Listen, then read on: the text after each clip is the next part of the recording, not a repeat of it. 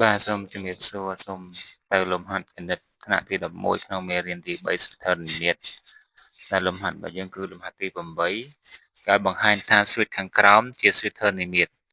បន្ទាប់មកគេឲ្យយើងទៅសេ3តួបន្ទាប់គ្នានៃស្វីតនេះចឹងសូមទៅចម្លើយក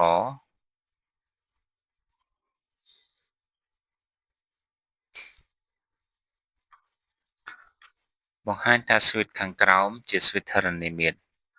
ក2លើ3 4លើ9 8លើ27 16លើ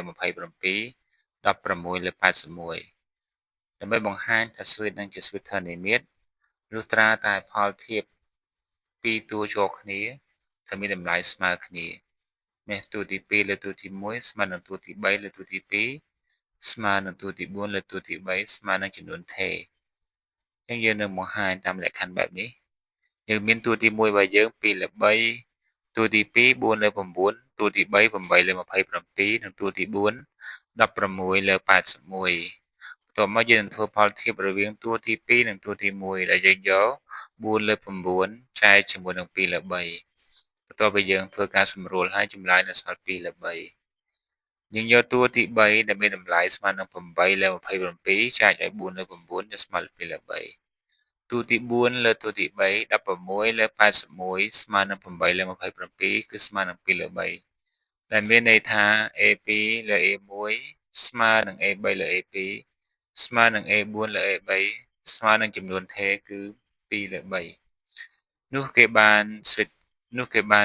តដែលគេឲ្យហ្នឹងជាស្វីតធននិមិត្តដែលមានតម្លៃរេសុងគុយស្មើនឹង2លើ3បន្ទាប់ពីយើងបញ្ជាក់ថាវាជាស្វីតធននិមិត្តហើយយើងនឹងសរសេរ3តួបន្ទាប់លំហាត់របស់យើងគេមាន4តួអញ្ចឹងយើងសរសេរតួបន្ទាប់គឺតួទី5តួទី6និងតួទី7ដែលអនុវត្តតាមរូបមន្ត u an ស្មើនឹង ak គុណនឹង q ស្រីគុណ n ដក k យើងជំនួស a ស្មើនឹង5យើងបាន a5 ស្មើនឹង a4 គុណនឹង q a4 របស់យើង16លើ81 q 2លើ3អញ្ចឹង16គុណនឹង2ស្មើ32 81គុណនឹង3ស្មើនឹង243បន្ទាប់មកយើងរក a6 ស្មើនឹង a5 គុណនឹង q ជំនួស a5 របស់យើង32លើ243គុណនឹង2លើ332គុណនឹង2ស្មើនឹង64 243គុណនឹង3បាន729និងតួចុងក្រោយរបស់យើងគឺ a7 ស្មើនឹង a6 គុណនឹង q a6 គឺ64លើ729គុណនឹង q របស់យើង2លើ3 64គុណនឹង2ស្មើនឹង128 729គុណនឹង3យើងបាន2187ដូចនេះស្វីតដែលគេឲ្យជាស្វីតធរនិមិត្តដែលមានផលធៀបរូប Q ស្មើនឹង2លើ3ហើយ3តួបន្ទាប់របស់វាគឺ32លើ243 64លើ729និង128លើ2187សូមតើលំហាត់ខរបស់យើងគេឲ្យរឹស2 2រឹស2និង4អញ្ចឹងដើម្បីឲ្យវាក្លាយទៅជាស្វីតធរនិមិត្តលុះត្រាផលធៀបតួនីមួយៗរបស់វាមានតម្លៃថេរគឺស្មើនឹង Q ដែលមានន័យថា A2 លើ A1 ត្រូវស្មើនឹង A3 លើ A2 ត្រូវស្មើនឹង A4 លើ A3 អ្វីដែលយើងមានA1 ស្មើនឹងរឹស2 A2 ស្មើនឹង2 A3 ស្មើនឹង2រឹស2និង A4 ស្មើនឹង4អញ្ចឹងគេបាន A2 លើ A1 ស្មើនឹង2លើរឹស2ស្មើនឹងរឹស2 A3 លើ A2 គឺស្មើនឹង2រឹស2លើ2 2រឹស2ចែកនឹង2អញ្ចឹងសម្រួលទៅបានរឹស2និង A4 លើ A3 ស្មើនឹង4ចែកឲ្យ2រឹស2អញ្ចឹងស្មើរឹស2ដោយផលធៀបតួរបស់វាមានតម្លៃស្មើគ្នាស្មើនឹងរឹស2អញ្ចឹងគេបានស្វីតដែលគេឲ្យជាស្វីតធននិមិត្តដែលមានរេសុង Q ស្មើនឹងរឹស2បន្ទាប់ពីយើងស្គាល់ថាវាជាស្វីតធននិមិត្តនិងស្គាល់ Q យើងអាចសរសេរ3តួបន្ទាប់ដែលយើងរកតួទី5ស្មើនឹងតួទី4គុណនឹង Q ជំនួសតួទី4ដោយ4និង Q រឹស2អញ្ចឹងយើងបាន4គុណរឹស2ស្មើនឹង4រឹស2បន្ទាប់មកយើងរកតួទី6ស្មើនឹងតួទី5គុណនឹង Q តួទី5របស់យើងគឺ4រឹស2តួ Q រឹស2 4រឹស2គុណនឹងរឹស2បាន4គុណនឹង2ស្មើនឹង8និងតួចុងក្រោយតួទី7ស្មើនឹងតួទី6គុណនឹង Q តួទី6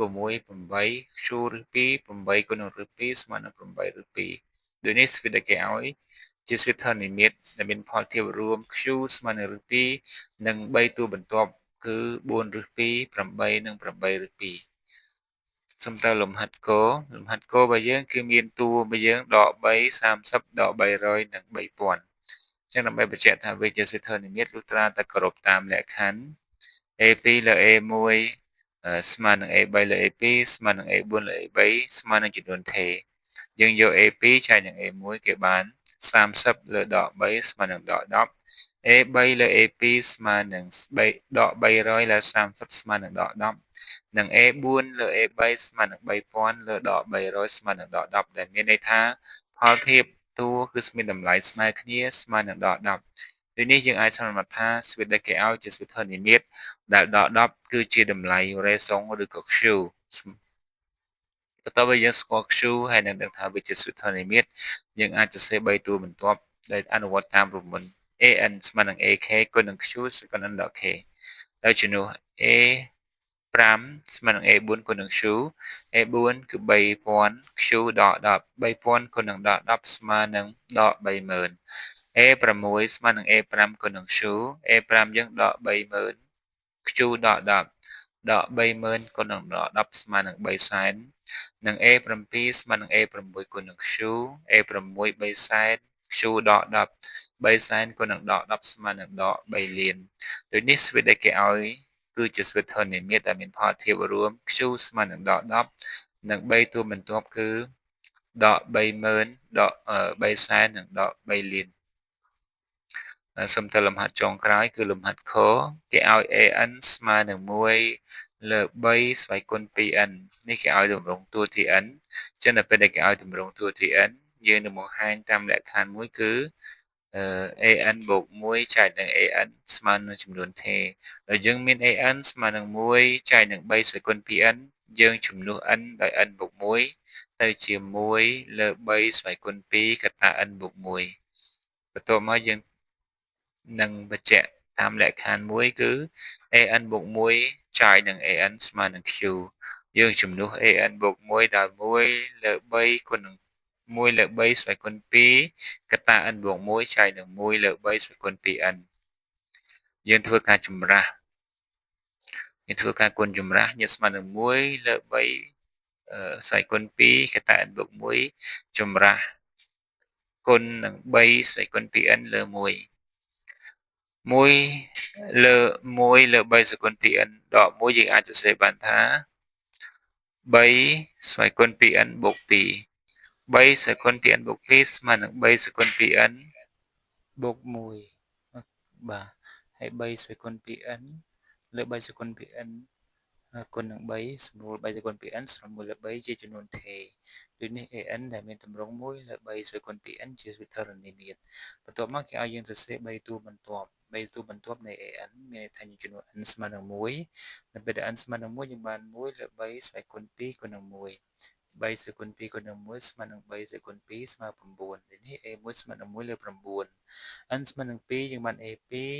ស្មើនឹង1លើ3ស្វ័យគុណ2គុណនឹង2 2គុណនឹង2បាន4ជាង3សេគុណ4ស្មើនឹង81អញ្ចឹង A2 បានស្មើនឹង1លើ